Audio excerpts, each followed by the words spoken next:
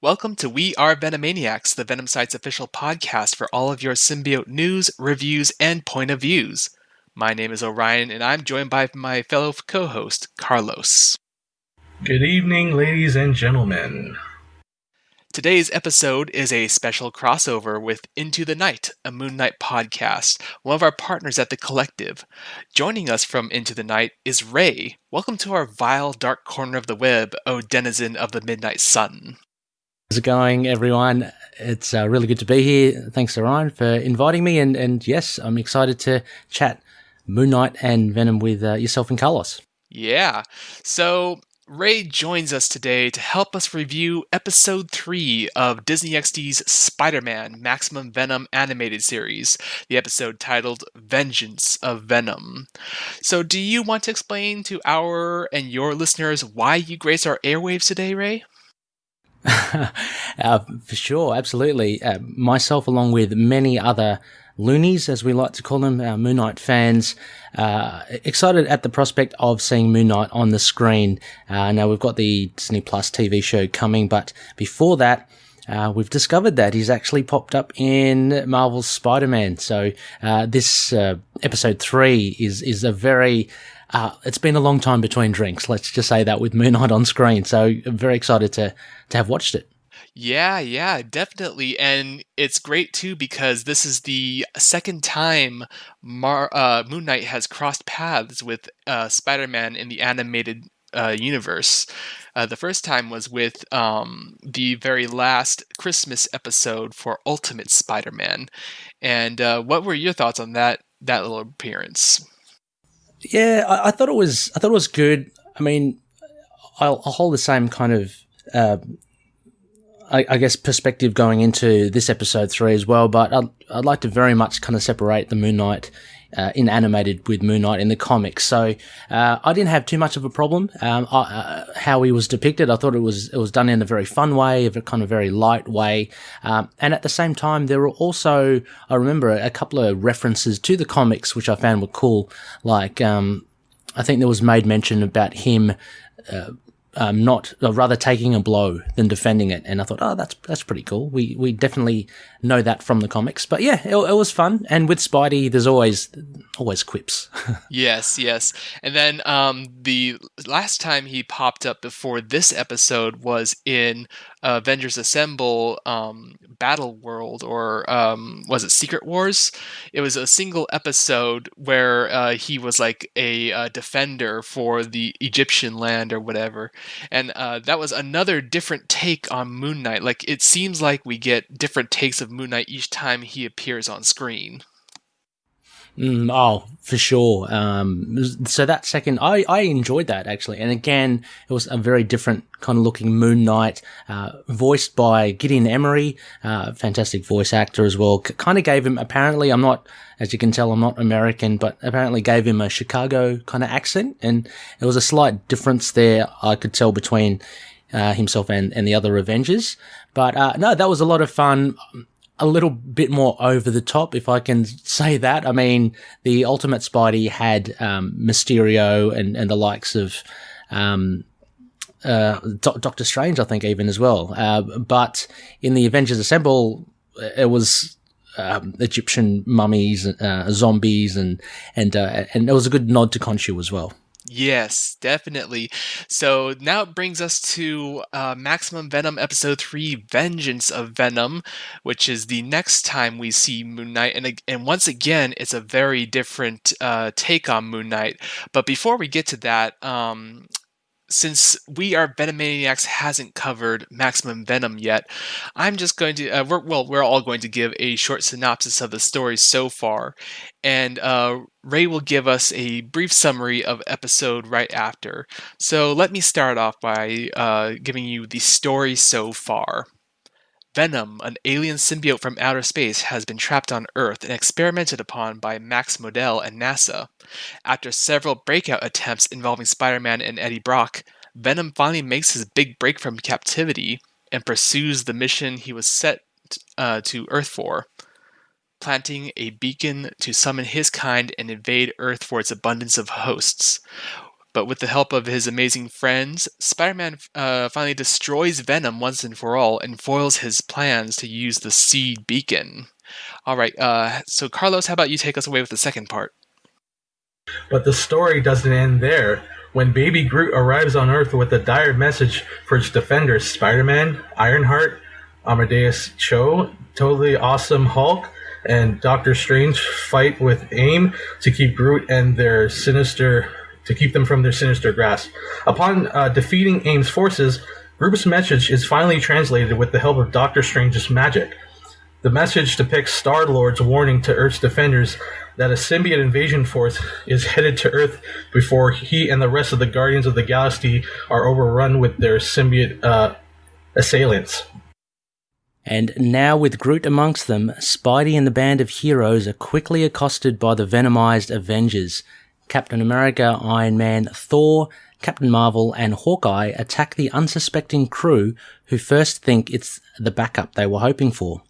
All but Spidey and Ironheart are assimilated and the pair flee. They soon discover that the Venomized Avengers are luring all the heroes in an attempt to assimilate them all, so the race is on for Spidey and Riri to find some allies.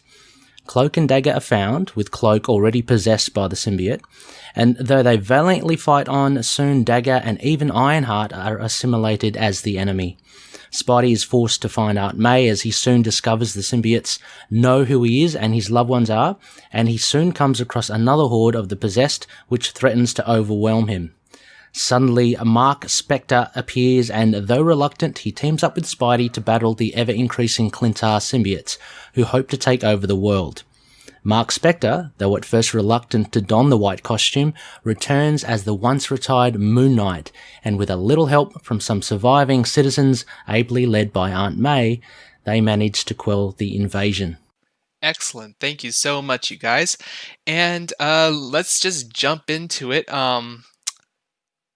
How about we jump into first? Let's give some thoughts about the designs of these characters, because there's been a bit of controversy within the Venom circle here, our Venomaniacs, about how there seems to be a disconnect between Patrick Brown's concept art, the promotional art that's used for merchandising and for the toys and stuff, versus what was depicted on screen.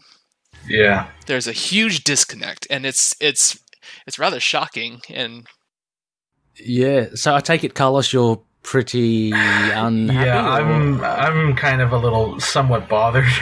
Pat Brown's art. I mean, from the promotional art that we've seen many months ago, I think during the beginning of 2020, like all the designs from Captain Marvel, Iron Man, Groot, Miles Morales, and Ghost Spider, right? They have all been great.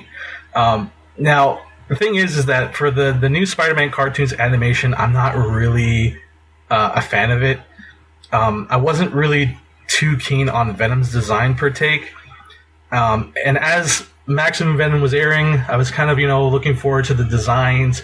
And once episode 3 hit, and when I finally watched it, I was like, is there something missing here? Because Iron Man's design doesn't look like the promotional art, and nor does the others, right? And I'm just like, it's kind of a bummer seeing it on screen. So it just didn't really mesh well with me. So yeah, I think why would it have changed? Yeah, sorry, Orion. Oh no, it's all right. I was just that is a good question. Why would have why does Disney or Marvel, whoever's running the show, ignore using such great designs from Patrick Brown? I mean, I myself am not a huge fan of Venomized designs of characters. I'm not a huge fan of Venomized whatsoever. But I have to admit, Patrick Brown's designs were pretty cool, and the fact that they were ignored for the show, and instead we get some kind of very basic and very, very bland images or designs. I think that's it's a constant problem with the Spider-Man show, because we've always seen really cool promotional art for the different characters and everything, and then when we finally see them in the shows, it's always a different kind of design. Like, and the thing is too is like of course, Disney funding the show and whoever the animators are, they obviously they want to use whatever is they want to go the cheapest route, right? Because if they were, I mean, I understand if they were to actually put more effort and really put attention to detail, of course the animation cost would go up tremendously for that.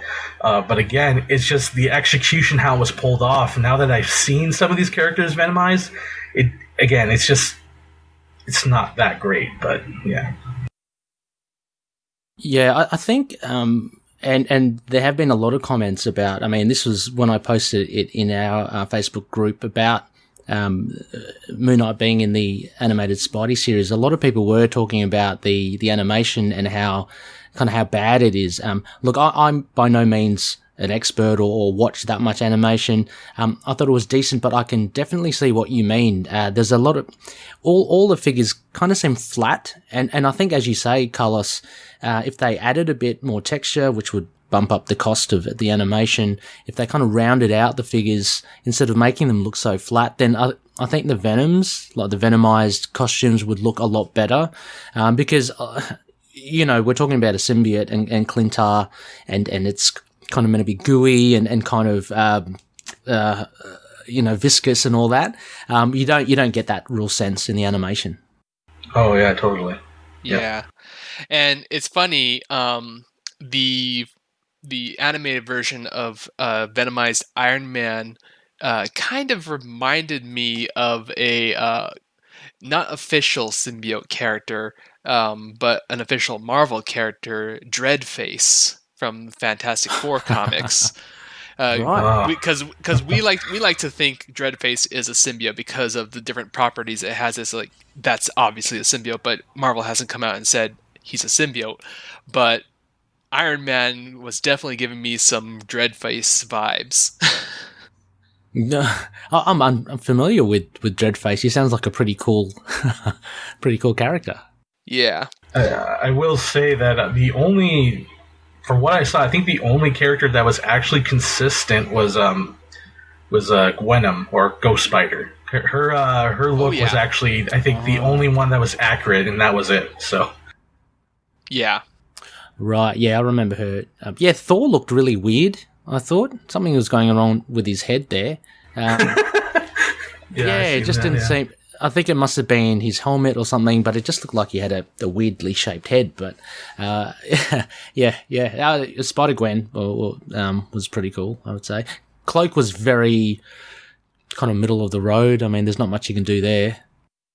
Yeah, and I definitely want to say I like the fact that this series has used the voice acting talents of live action Cloak and Dagger, Olivia Holt and what's his name? Yeah, Aubrey Joseph. I think? Yes. Audrey Joseph. Yeah. Wow, I did not know that. Yeah, so that was pretty. They were from the Cloak and Dagger TV show, which only got 2 seasons before it was canceled, which is unfair, I'd say, because I love that show. It was good, yeah. Yeah, it's nice, I'd go even further and say Olivia Holt did a really good job. I thought she must have, I think, done voice acting before, or just comes naturally. But she very much sounds like a very professional voice actor. Whereas Aubrey, I guess he did very well as well. But since he was already possessed in the episode, his voice was manipulated already with sound effects, so couldn't really get as much of his inflections and acting skills in there. Yeah, when you hear him in the earlier episodes before the season, you could definitely hear, oh yeah, that was definitely Aubrey from the TV show. Yeah. Cool. But so besides the symbiote designs, how about Moon Knight's design? Because this is again, it's funny because in the Ultimate Spider-Man series, he had his design was closer to just the retro classic, yes, white and just full white bodysuit, And Yeah, then with the shaded face, like the blackened mask. Yeah, yeah, yeah. and This is then very with different. Yeah. yeah, and Oh, then sorry. yeah, no, and then with the Avengers Assemble, we got the Declan Shalvey Moon Knight design, and then with this one, we got something completely different. So this is like a completely unique design. It was. It's really funny. One of the Facebook pages, Moon Knight Core, that produce a lot of really hilarious memes on Moon Knight. I think someone made mention that he's wearing a raincoat because it looks, or at least a trench coat or something. Very different. I think it was more practical based. And his mask was. I mean, Moon Knight typically in the comics goes back and forth between having a black mask and actually a white mask as well. This one was more of the white ilk. I liked it. There was a bit of yellow there as well, maybe referencing the Fist of Khonshu series where he started wearing like the gold. Egyptian, the gold, and the relics and stuff. Yeah. But what did you think, Orion? Did you like it? I kind of liked it. I like I'm always open to, new interpretations of Moon Knight's costume. This one, the belt was kind of weirding me out because I was like, what's going on with that belt? It's like a bit thick around the edges. It was a very weird belt, but yeah, I kind of like the way they did the cowl and the cape. Yeah, they were good. And yeah, go ahead. yeah, oh no, I was about to ask Carlos because Carlos, I understand, not you haven't followed Moon Knight, I guess, that much as well. What's your impression of, like, what do you think of when you think of Moon Knight? The more classic costume or more Mr. Knight? Or? Well, again, I haven't really never touched upon Moon Knight before, but this was more of a introduction to the character in this episode for me. Now, again, like I've heard of Moon Knight, I just never really delve into the lore, the characterization. So when I finally saw him on screen on the cartoon, like he was a very hot-headed, loose cannon, take no prisoners, like he was trying to survive, and he it was a very interesting take, and like I actually did enjoy it. I do like the costume design, and of course, like I've heard before, like sometimes when I go to a comic store and I'm just reading my comics, people bring up Moon Knight from time to time. And some people kind of compare him to the Dark Knight, aka Batman, in some ways. So I could kind of see the similarities, but it's not 100%. So again, like his inclusion in this episode, I actually did enjoy. It was actually pretty good. So I actually did like it. Yeah. Cool. Yeah. Yeah. So definitely Moon Knight, probably the better designed character in this episode, I would say. Mm-hmm. Yeah. Now moving on from design standpoint, let's talk about characters. And we'll just address the elephant in the room, Moon Knight. the reason that Ray is here, that we're having this nice crossover podcast. Let's talk about Moon Knight. So what was your take with this version of Moon Knight, Ray? Like, how did you feel about it? Yeah, there's a bit of, I guess in one part, I was quite happy that he did get a lot of screen time, and they did kind of give him, James DeMatteis gave him an angle, which was basically being the reluctant hero, hung up the cowl and all that. On the other hand as well, it really did ignore a lot of what I think makes Moon Knight as well. And it's interesting, Carlos, that you said that, which is good that you found enough difference between him and say Batman, because this interpretation of Moon Knight in the cartoon, I found was very, I'd say very kind of generic. I mean, if you knew nothing of the character, it would be a guy who dresses up as Moon Knight. He's got Egyptian themed weapons, but they're all kind of tech like gadgets.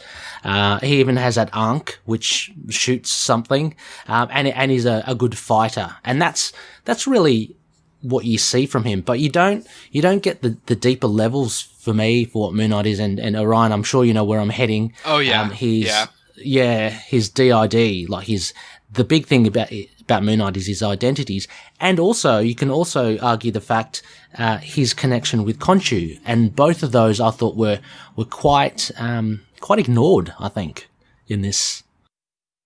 Yeah, there's definitely like the only thing outside of the base character of Moon Knight that was ever touched upon was the fact that he was going in his backstory as to why Moon Knight hadn't been seen for months. The reason he had quit being Moon Knight because he had apparently failed to save a loved one. And that makes me think it's like, well, it could either be, it most likely is Marlene, his love interest, that something happened and she's dead now, or maybe it could have been like Frenchie, his best friend. Yeah, I mean, well, that's another good point as well. Not that that is a Moon Knight show. You know, it is obviously a Spider-Man show. You can only fit so much in. But another thing that's integral to Moon Knight is his supporting cast, like Marlene. And I guess they address that by just saying, yeah, well, they've died in this universe, or at least one of them, as you mentioned, Orion, a loved one. So he's very much on his own. But yeah, I found a lot of missing elements to Moon Knight, and that is the only very kind of fine connection that you could place Moon Knight with the comics that mentioned, but they've died. So in this universe, it's very different. But I did like how he was reluctant and how he was basically very kick-ass, if I can say that. I mean, for someone who hasn't got any superpowers, and he can whop the Hulk, the venomized Hulk, with a staff is pretty impressive. Yep. Well, maybe he does. Does he have strength or something, Orion, here? Did they mention that he has, like, strength from the moon? I believe... No, maybe not. I just watched it, like, a couple hours before this recording, so no, they didn't. But I will say that besides his design, the only thing that really stuck out for me for Moon Knight was a single line, a single quip he had towards Spider-Man that was, you elevate asking dumb questions to an art form. I love that line. that was good. Yeah, that was very cool. There's some really, really like nifty writing in this episode. I mean, J.M. DeMatteis is no slouch and no newbie when it comes to writing cartoons as well. I felt that, like, you know, with Moon Knight in this episode, and I might be reaching out here a little bit, but you could potentially have just replaced him with any other street level vigilante. You know, it could have, I dare say, be the Punisher, or, you know, someone like Night Thrasher or someone, because there was none of that element of Moon Knightness, rather than the look. You know what I mean? Like, he's faced loss and he's kind of jaded and he's now retired. That could really be any vigilante. Yeah. But I mean, he did look cool. I did like it. I mean, he did look cool. So it's always fun to see him on screen. Yeah. And let me see here. I'm trying to think. I wanted to touch upon at least voice acting for Moon Knight. What were your thoughts with the voice actor? I'm trying to look up who it was. Oh yeah, I saw that name as well. It's not Gideon Emery. It's another guy. Yeah, I thought it was good. You're kind of typical brooding, dark kind of street level hero, I think. If I was to compare with the other appearances, I thought the first one in Ultimate Spidey, that was way over the top. It was kind of similar to, well, yeah, a bit more hammy. Okay, the second one, I got the names now. So the first one from Ultimate Spider-Man was Diedrich Bader. Oh, really? Oh, yep. Cool. And awesome. then the one from Avengers Assemble was Gideon Emery. Yes. Who happens to also be, I don't know, a little bit of a fun fact. he was one of the Russian brothers in Netflix's Daredevil. Oh, yes, I remember that. He was a guy that, he's a guy that got his head kind of taken off, so to speak. Yeah. But that's Gideon Emery, yeah.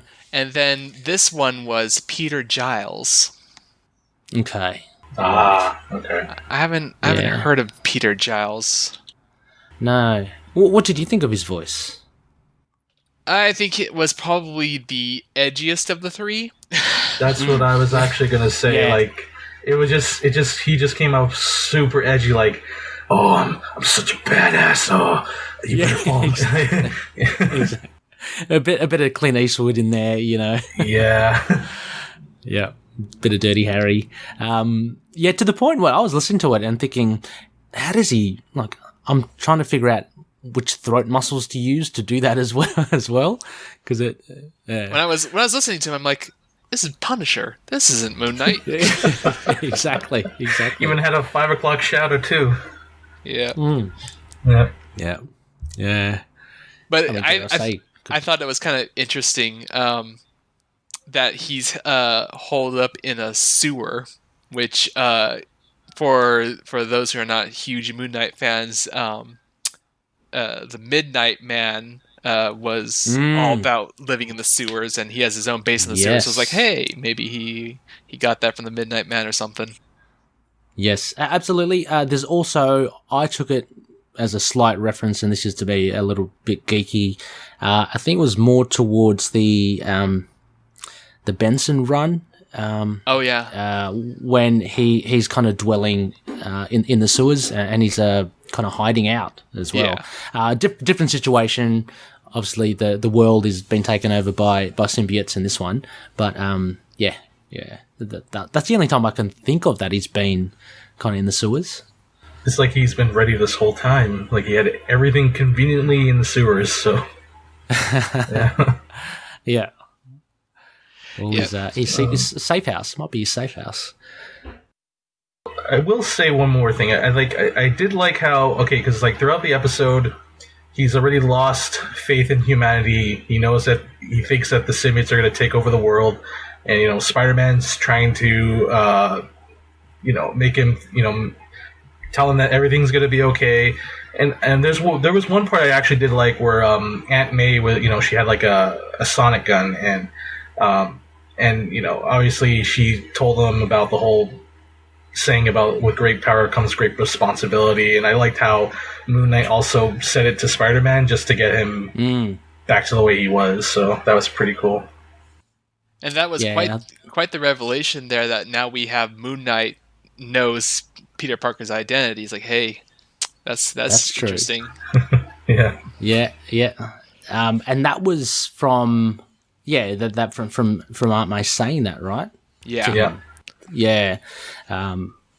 What did you think of Moon Knight's introduction into the episode? I thought it was very kick-ass myself. Mark Spector in particular. Yeah. Because what I really enjoyed in this episode, and it was done really well, I thought, was there were characters who I thought would be there with Spidey at the end, at least meeting up with Moon Knight, like Ironheart. Even when they met up with Cloak and Dagger, I thought, they're going to save them, but they kept on getting possessed, and Spidey kept on becoming he again and again became the only one left. And so I thought that was really cool. So when he finally his back was against the wall and Mark Spector comes out with a big bazooka, I thought that was a whole lot of fun.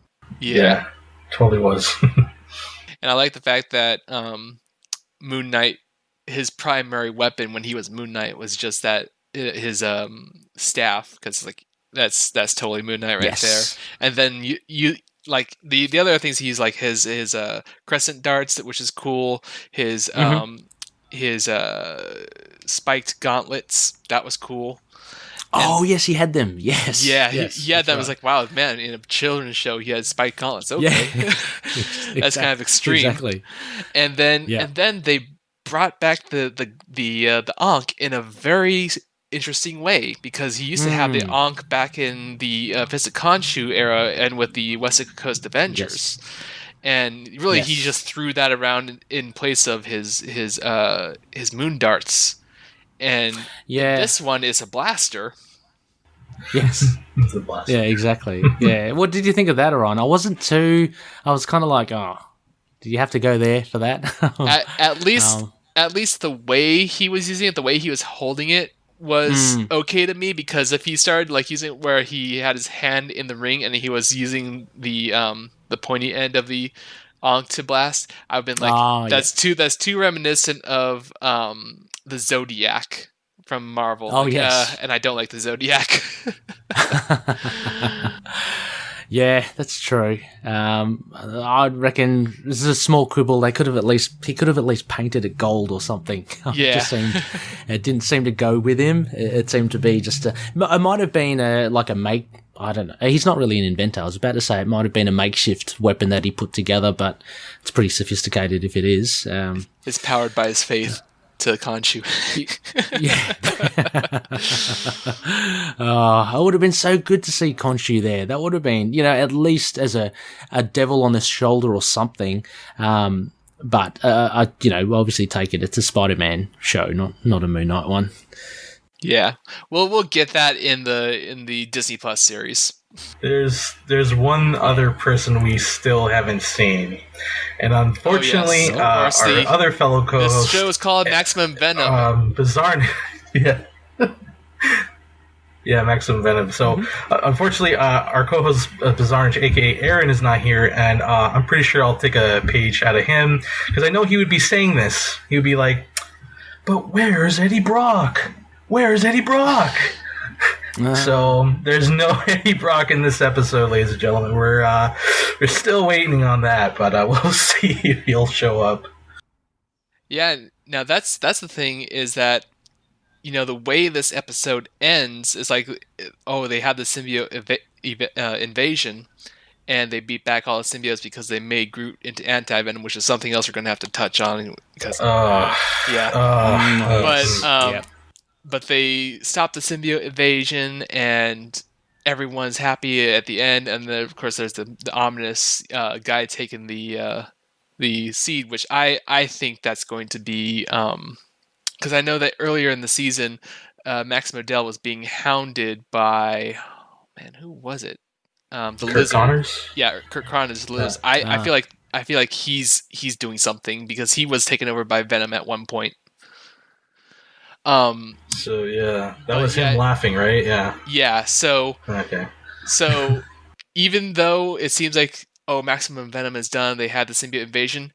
It's not, guys, because this is only episode 3 of 6 for the season. We have 3 more episodes. There. Halfway over. Yeah. So, and the Guardians of the Galaxy are still Venomized. Oh, right. Yeah. Yep. So plenty of loose ends still to. Yeah. So there's still a chance for Eddie to come back, and at some point we're supposed to be seeing Scream, Scorn, and Mania. Apparently, yeah. So who are only going to be like side characters you only see for like a couple seconds and they're gone. Like, but I know Aaron. He's gonna really rip this series apart if Eddie doesn't come back. But it's been interesting so far. So we're halfway there, but we're gonna see what's gonna happen. We're gonna see how this plays out. So yeah. All right, so then let's move on to Groot. Oh my gosh, how central I'm sure you guys become. Yeah. Oh yeah, I'm sure you have plenty of opinions on this. Yeah.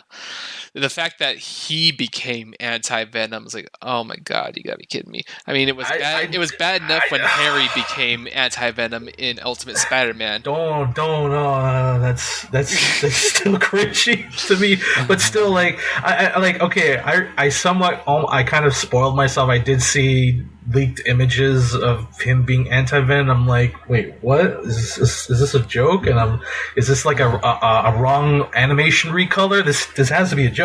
But no, so basically how they stop most of the symbiotes is that Spider-Man and what's his name, Max Modell?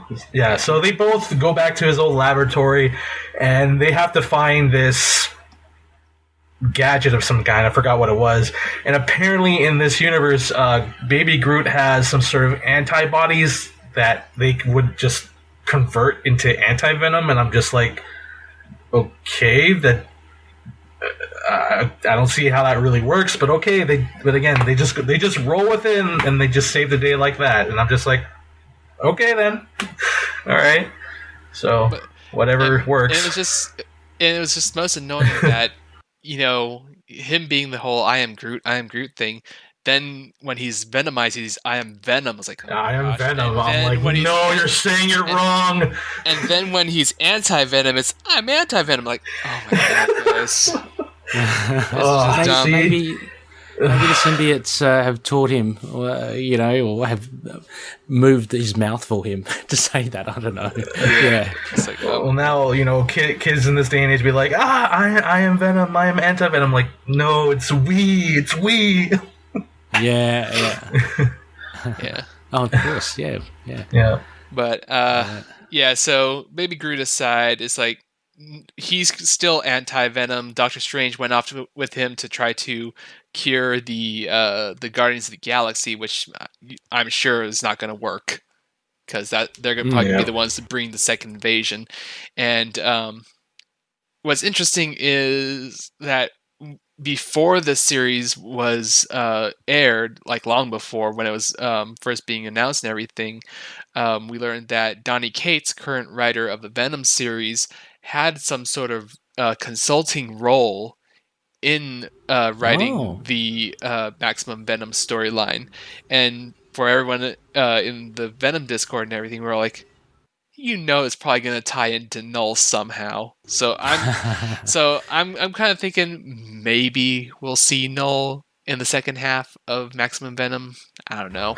I mean, that's the thing. Like we've known that he would have some sort of part to play, but as of now, like, we haven't had any hints or any indication.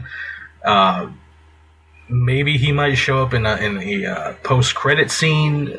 I hope, but again, there's 3 more episodes, so again, it's just all speculation at this point. So yeah. Well, what are your thoughts on if Null does appear? Because I know you guys in previous discussions kind of feel I feel you guys feel a little bit. It's been overplayed, Null in the comics, and it's always connected back to Null. Yeah, it's getting a bit tired. Like, on our last episode, we really expressed that. Okay, Donnie, we get it. We know we've heard this 1,000 times. Just could you can you just give it a rest? We want to see this brand new virus character that's coming out soon. Let's get to know him before we do this Null event. So. Yeah.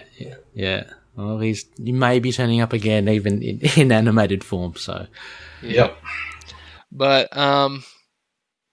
besides all that, another little nitpick I had was the fact that these characters calling themselves Venom while at the same time saying we're getting vengeance for Venom because you killed him. It's like, so is this a what was it from? I think it's from Braveheart or something, or no, it's I've never watched the movie, so forgive me here, but it's where the crowd starts to say, I am this person, I am this person, I am this person. It's like you're all saying I am Venom. Yeah. In solidarity. Okay, right. It's like, are you really Venom, or are you just nameless symbiotes who are just saying I am Venom? I think they're just nameless symbiotes. Yeah. I'm just gonna call Iron Man symbiote Dreadface because he looks like Dreadface. That's it. Yeah, why not? I just give me a crowbar already. Oh my god, Crowbar again. Crowbar. All soon, right. Orion, soon. Yeah. So, any parting thoughts on Maximum Venom Episode 3, Vengeance of Venom? Carlos, did you have any thoughts? You can go first and I'll go second. Okay. Just like random thoughts now going through. I thought Doctor Strange was pretty cool. I like actually the voice actor for Doctor Strange. They seem to be trying like very tangentially to get something around the intonations of Benedict Cumberbatch. I thought he was pretty cool. I was surprised when he actually got taken. I mean, I know inevitably they're all going to be like possessed, but I was along for the ride. So when he came back, Doctor Strange, was he did he call himself Symbiote Supreme or something? Yes, Symbiote Supreme. And yeah. I keep hearing Symbiote Supreme. Give me some sour cream. Taco Bell. It's like, yeah. But yeah, so he was pretty cool, very powerful, and yeah, it was good to see. I think, like, as an offside, that Aunt May, actually, there was like a human resistance as well. So it's not like everyone's kind of been taken over. There's a little band of them. So that was fun. Yeah, but with Moon Knight, I was happy. It was a fun thing, and as I said at the top of the show as well, I really do disconnect Moon Knight, in animated with the comics. So just no problem seeing him depicted as he was. Despite what I said about some of the things missing, understandable that you can only put so much in a show. And although this was about 45 minutes, it was pretty good. It's not, as I say, like a Moon Knight show. It's more about Spider-Man. So they did well enough for Moon Knight, and he's got his urban wear. The costume was, I think, really a nice take, because it showed a bit of practicality to it. Like, his cape was almost like a like a raincoat, trench coat thing, but it was also just aesthetically good looking. Yeah. All right.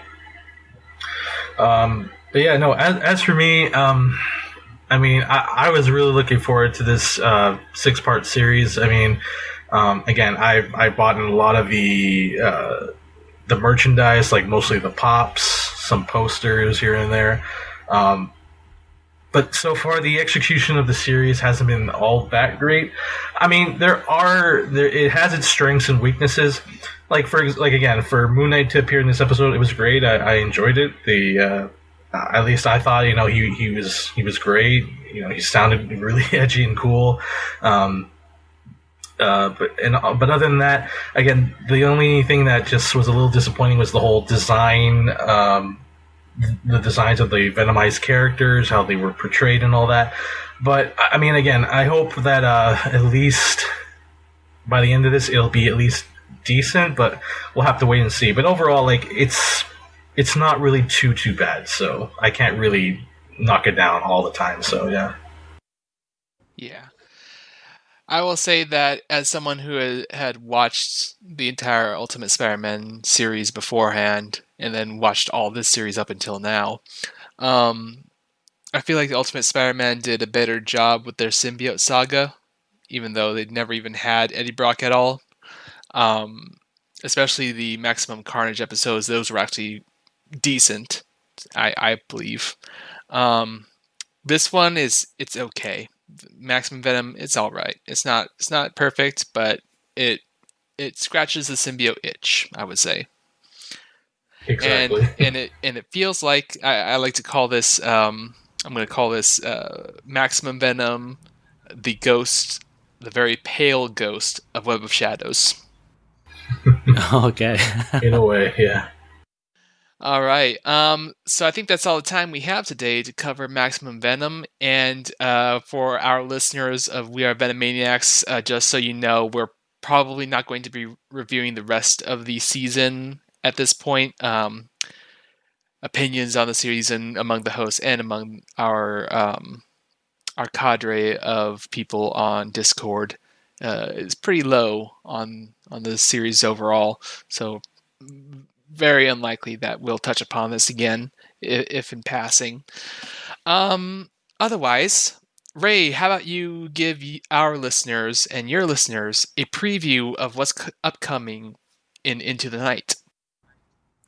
Yeah, well, funnily enough as well, we'll be reviewing a comic book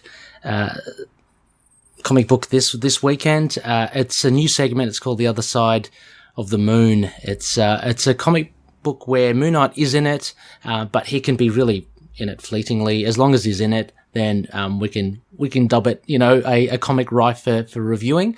And yeah, funnily enough, we'll be doing What If Volume 2, Issue 44, What If Venom Possessed the Punisher? I haven't read it yet. Yeah. Moon Knight's apparently in it. I've had a little quick flick through. I saw he's in it, so that's good. It's qualified. But that should be quite interesting. And that will be up for our next episode, which will come out for most people on Thursday. How funny the stars align like that. Yeah. Good choice in the issue. Nice. Yeah. Have you guys read it, or I have not personally? No. I've read the issue, but it was like a long time ago. I still have my copy. Okay. Yeah. Nice. Cool. All right. And for We Are Venomaniacs, right now the only thing we have planned for our show would probably be the next round of reviews. But since there are no symbiote comics, I believe in July, if I remember correctly. We still have the free comic book day issue, and then Venom 26. Are those in July? Yep. Okay, because I know there was like a huge period when we weren't going to be having comics for a while. The only thing is a little confusing. Marvel has decided to put the free comic book day issue second, and then Venom number 26 comes out, I believe, on the 15th of July, and then the free comic book day the next week after. But it's like a little conflicting because of Virus's first appearance. Yeah. Yeah, you're supposed to read the free comic book day issue first and then number 26, but we'll see how that works out. So yeah, like I said, we're probably not going to be doing any other episodes until we review those comics. At some point, I'm going to have to, because I remember, I know because I did this. I know that earlier in the year I had mentioned that we were going to do a symbiote, a Venom reading club in which we would go through all of the comics from beginning until Eddie Brock loses the Venom symbiote right before Anti-Venom. I still have that planned, but I just gotta make a date for it. So we'll do that at some point.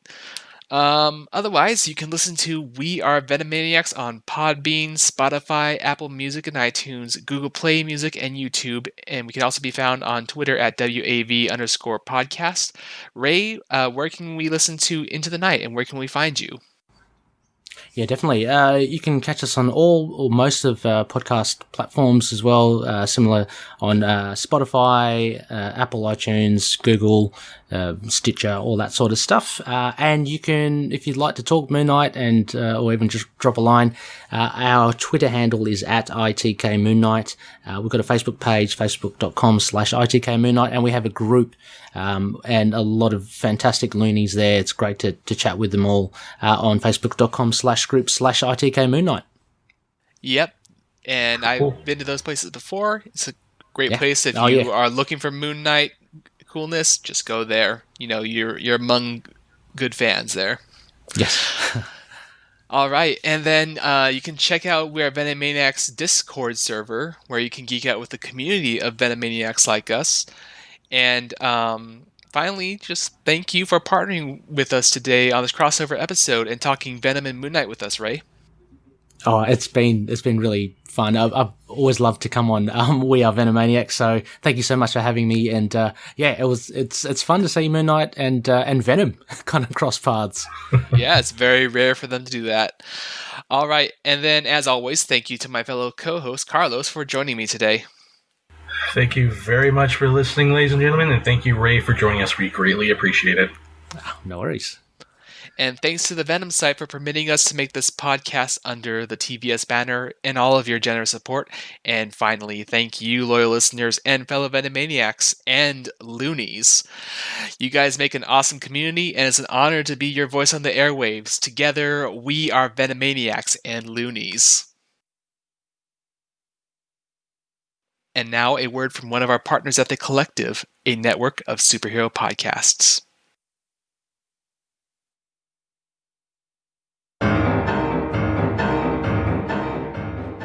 Hi, I'm one of the High Priests of Khonshu Ray, and I have the sacred privilege of providing you the Looney Listener, with a podcast honouring Marvel's very own Moon Knight.